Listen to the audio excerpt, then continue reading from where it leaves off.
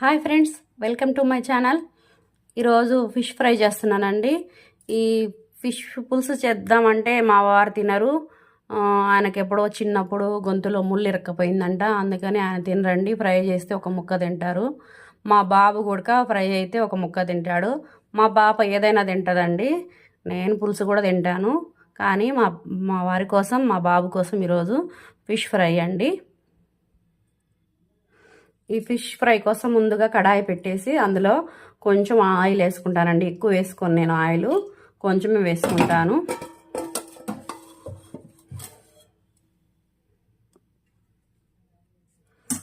Oil వేగేసరికి మళ్ళీ కలుద్దాం. Fish fry కోసం ముందుగా బాణలిలో కొంచెం ఆయిల్ వేసుకొని, అంటే ఎక్కువ కాదు కొంచెము, ఫిష్ ముక్కలకి ముందుగానే మసాలా అంతా పట్టించి పెట్టానండి. మసాలా అంటే నేనేమంత ఎక్కువ మసాలాలు వేయను. ఫిష్లకి ఉప్పు, కారం, పసుపు, కొంచెం ధనియాల పొడి, ఆయిల్, కొంచెం నిమ్మకాయ అనేది పిండుకొని ఫిష్కి మొత్తం పట్టించి అరగంట సేపు పక్కన పెట్టానండి. తర్వాత ఆయిల్ కాగిన తర్వాత దాంట్లో వదులుతాను. ఆయిల్ కాగిందండి. ఇందులో చేప ముక్కలను మెల్లిగా వదులుకోవాలి.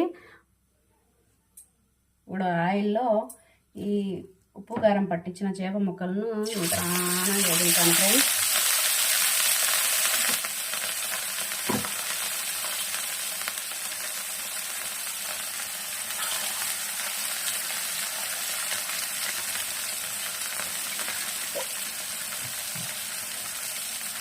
ఇవి ఇలా ఆయిల్లో వేగుతుంటాయి. నేను అటుపక్క పొయ్యి మీద రైస్ పెట్టేసుకుంటాను. పిల్లలు వచ్చే టైం అయింది. ఇలా స్లోగా చిన్న మంట మీద కుక్ చేసుకోవాలండి.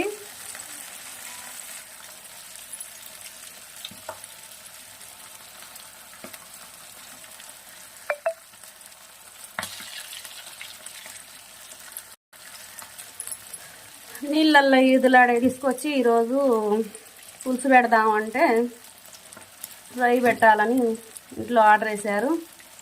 ఈ ఈదులాడే వాటిని అలా కోసి అలా క్లీన్ చేసి, అబ్బో ఇల్లంతా కంపు కొట్టుకుంటా, ఒళ్ళంతా కంపు కొట్టుకుంటా వీటిని ఇలా నూనెలో వదిలితే అలా ఫ్రై అవుతుంటాయి. ఇప్పుడు వేగిపోయాయండి. వీటిని తీసేసుకుందాము. ప్లేట్లో తీసేసుకుందాం. చూడండి, ఇవ్వండి ఫ్రెండ్స్, వేగిపోయినాయి. వీటిని ప్లేట్లోకి తీసేసుకుంటాను.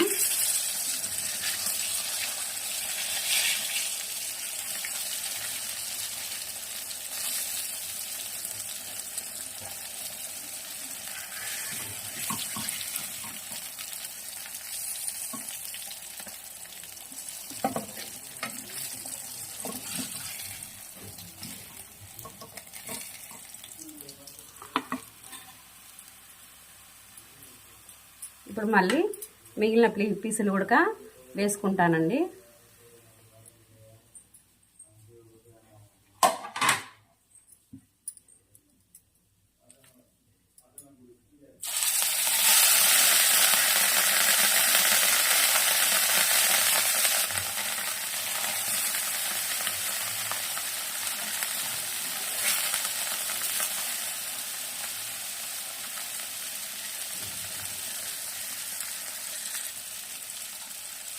ఈ పీసులు కూడా ఆయిల్లో స్లోగా తిప్పేసుకోవాలండి. ఒకసారి చిట్లి ఆయిల్ మీద పడుతుంటుంది, జాగ్రత్తగా చేసుకోవాలన్నమాట. ఇది వంట రాని వాళ్ళు కూడా చాలా ఈజీగా సింపుల్గా చేసుకోవచ్చు అన్నమాట.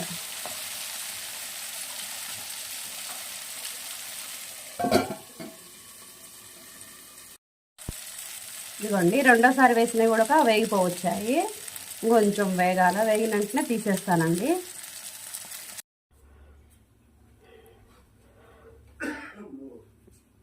Ready to eat fish fry.